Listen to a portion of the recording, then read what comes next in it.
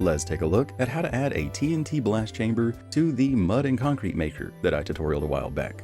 This will completely replace the cube maker in that design to turn this into a fully 100% AFK farm. So whether you're looking to make some concrete or farm some mud, you can now just stand there placing blocks and the harvesting will be fully automated. As long as you have TNT loaded, it will just harvest it as you go along. Back when I originally made this design, I had never actually experimented with blast chambers, but recently I've been designing tree farms, and that's shown me that blast chambers really aren't as complex or as expensive as I initially thought. In fact, the TNT efficiency is fantastic. For this design, we'll get 70 blocks per TNT, and since this mud maker concrete maker thing produces 8,000 blocks per hour, that means that we're going to use around 110 TNT per hour. So you won't even really need to have a crazy gunpowder or sand farm just to use it. The build area for this attachment is going to be 18 by 21. Now we are going to dig down 3 on most of it in order to access our storage system. But for now, don't worry about that build area. We'll go over that later on when it's relevant. What is currently relevant is that we have the mud and concrete maker already built. So you can follow this tutorial right here on the screen in order to build this simple little thing. But from there, we're going to insert blocks until it can no longer push them out, until it's totally full. And the end of this row will just so happen to coincide with the edge of the 3 deep hole. But we need to place a piston underneath the final block, with a solid block next to it and dust on top. 2 more blocks over on this side, with a lever that is turned on that will be powering a repeater that is pointed toward the piston, which should then push a couple of blocks up. But then above the repeater, facing away from the lever, we want 5 pistons going up, and then a piece of obsidian that is diagonally up from the topmost piston. Then behind the pistons, we need a solid block next to the lower one, then 1 block above that, and then 3 glass to connect these together. Then up here, diagonally up and over, we want to place 3 blocks that will be aligned with the second piston from the top, and then place dust on top of all of this going down. Then over on this side, we want 2 blocks coming out in this direction with a lever that's turned on, powering a repeater that is pointed toward the obsidian. So now, as blocks enter above this lower piston, it will push them up. And then once this side row is full, it will push them over. So it should be pushing out 5 blocks at a time. But now in front of this topmost piston, we're going to place in blocks until it can no longer push the blocks out, until it's totally full. And then from this final block, we're going to go down by 4 more. So that lower block should be aligned with the lower piston over there, because our wall needs to be 5 blocks tall. But then we're going to go diagonally down and back from that, then back by 1, and then over by 5, and forward by 1. So that we have 2 little arms with 5 blocks in between them. And then on these frontmost arms, we're going to place 5 pistons going up. So these 2 rows of pistons will be 5 blocks apart, and the farthest one will be aligned with the farthest point in which the blocks can be pushed out.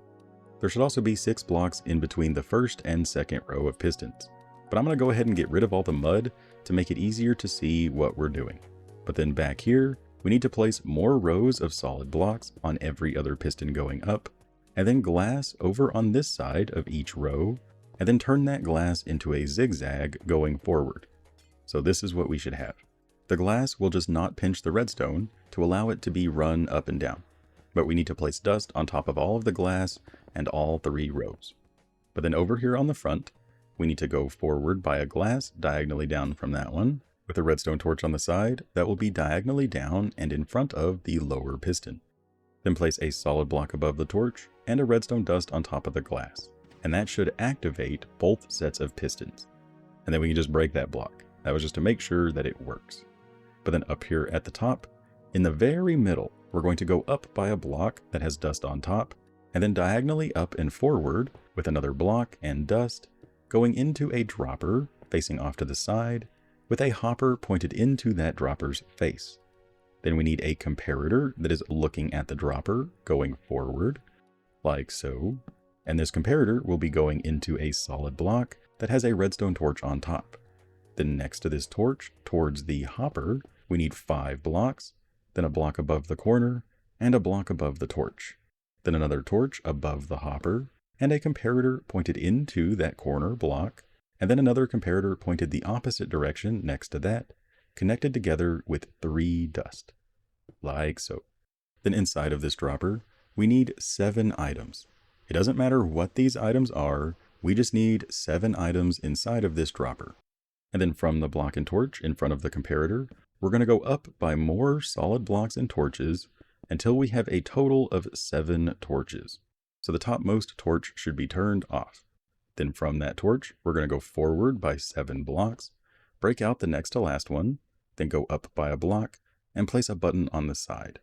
Then on the opposite end, we're going to place a dispenser facing back toward the button, and then surround this diagonally up in blocks, because we need to place a bucket of water in front of the dispenser, and that water should flow up and get stopped by the button.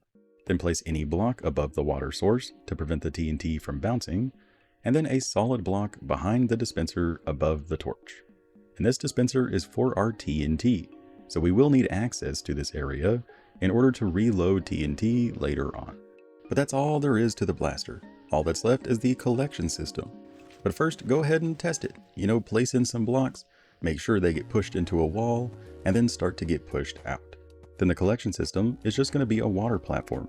So we need to start off by marking out the center, which will be 7 blocks from each wall of this 3D hole.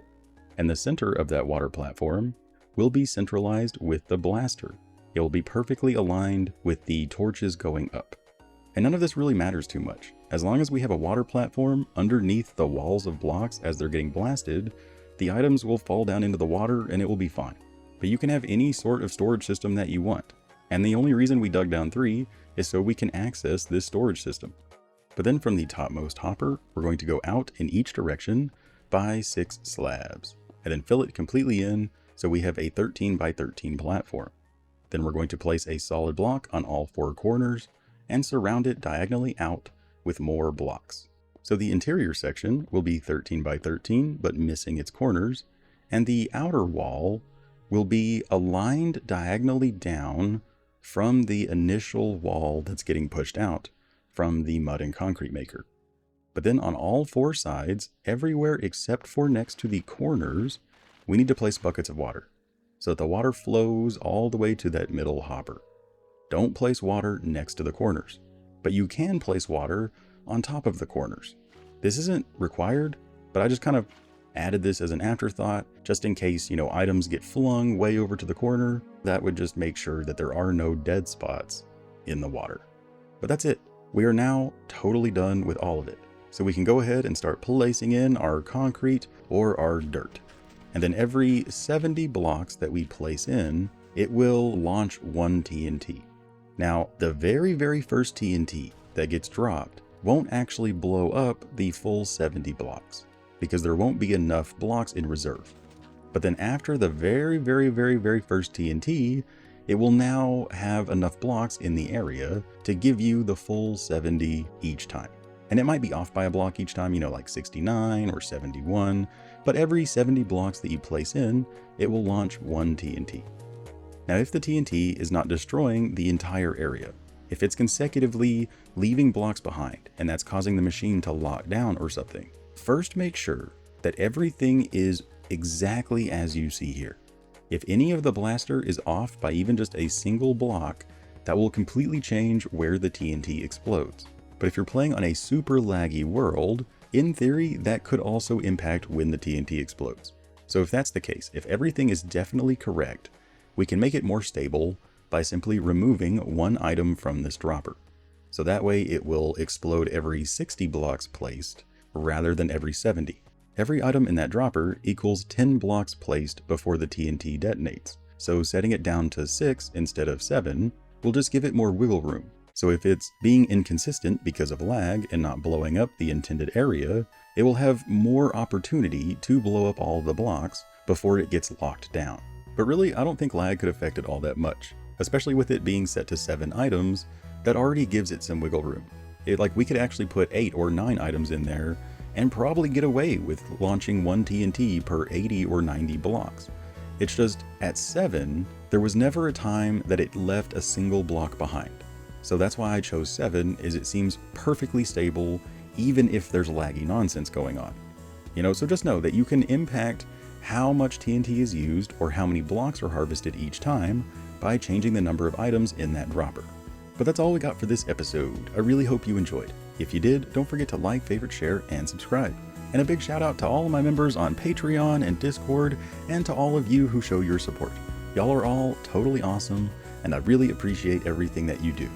But above all, as always, don't forget to have fun. Bye-bye.